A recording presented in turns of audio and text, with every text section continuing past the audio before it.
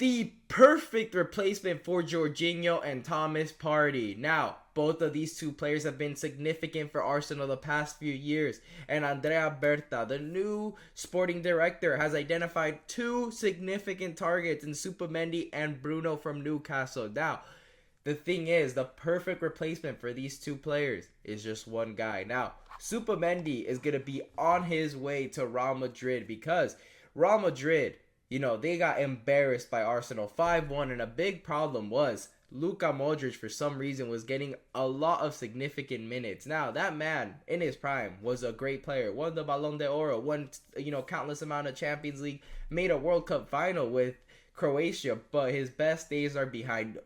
And you need to go out and get a replacement. Supamendi would be a great replacement. I've always said if you could get this guy alongside Valverde and one of the two Frenchmen in Camavinga and Chonemi, put Jude Bellingham in front, go back to the way you won your latest UCL with Bellingham playing the false nine, Madrid would be a scary, scary sight. But he sees that at Arsenal, they have their midfield somewhat sorted. He sees an prime opportunity to stay in Spain, upgrade teams, and be a significant player at Madrid now that they've, gotten humbled in the midfield. So he wants to go there now. Previously, he wanted Arsenal because he knew he'd get more minutes there. But now that Real Madrid are going to look to bolster the midfield, now he wants to stay in Spain. So, to me, he wasn't the ideal replacement for Thomas Partey. To me, it would be Bruno, man. This man is a different gravy. 27 years old. If they don't get UCL ball, 60 million only. Man United is the only team rivaling us. If we somehow miss out on this player and he goes to Man United instead, I wouldn't know what to do with myself because he is a world-class midfielder. We've kept our tabs. We've cheaped out before. But even if Newcastle get, Champions League ball, at the moment, it's top 5 for Champions League football. They're 5th place. Hopefully, Villa or Chelsea could overtake them. But to be fair, they got Ipswich Town next. They could possibly get it. I'm not going to lie. Unless Man United or Tottenham, clutch up. But personally, I would rather have Bilbao get the Europa League trophy and Newcastle get UCL football. But I would honestly, I would prioritize Bruno G here over Isak. Because we've been able to survive without a striker. We've got options, but the thing is, the midfield is a very important position. And I've seen us end up putting in Lokonga and other mediocre, options when Thomas Partey's hurt.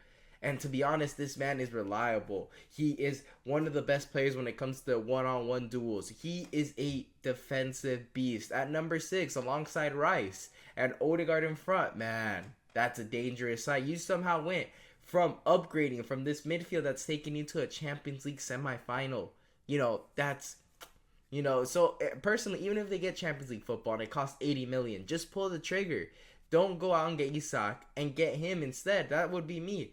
That would be me personally, because we see Mikel Merino somehow be able to perform at a high level at a striker position. To be honest, any striker in the world should be thriving on, making a move to Arsenal, because if a central defensive midfielder in Merino can come out here and actually have a huge, make a huge difference at striker, then anybody can. If I'm Gyökeres, if I'm Sesko, if I'm Ekitike, I would do anything to go to Arsenal. So any striker could really put up numbers at Arsenal. But the thing is, we need to solidify our foundation. If we're going to lose a key part like Partey, you got to make sure you go out there and get your upgrade. And Bruno G is the perfect man who could be here for 5-6 years and be world class, No more getting youngsters. This man is him. He's in his prime. Get him. No matter if it's 80 million. If United somehow come out with them, I won't know what to do with them, because United is out here in a relegation battle. And if he chooses United over us, I would be absolutely sad. But the wrong decision would be extending Thomas Partey here.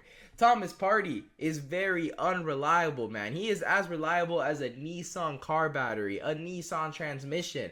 It's going to give out on you when you most need it. So, Thomas Partey, in my opinion, I would have let him go for free. Atletico and Barca are knocking on the door. Hey, go ahead, man. Go back to Spain. Thank you for the memories, but it's time to go. We all know he's performing at a high level. Take advantage of these, next 3 games in the UCL, or 2 games because he's already suspended for 1. Reliability. Most reliable he's ever been, and he got suspended. So, Thomas Partey, man, he's not going to perform like this next year or the year after if you extend him. No, because it's a contract year. Players play best on their contract year. But Bruno G, man, get him into the team. Let go of him. Let go of Jorginho. He'll do the job that both of them won't do. I'll tell you that right now. He'll be reliable every single game. He's worth the price tag, man. If you could get him and Isak, hey, the Cronkies, man, shout out them. But if you only get one, Bruno G over Isak any day of the week, man. But anyways, make sure to leave a like and subscribe. Leave a comment down below. Who would you rather have, Bruno G or Isak? But anyways, thank you guys for watching.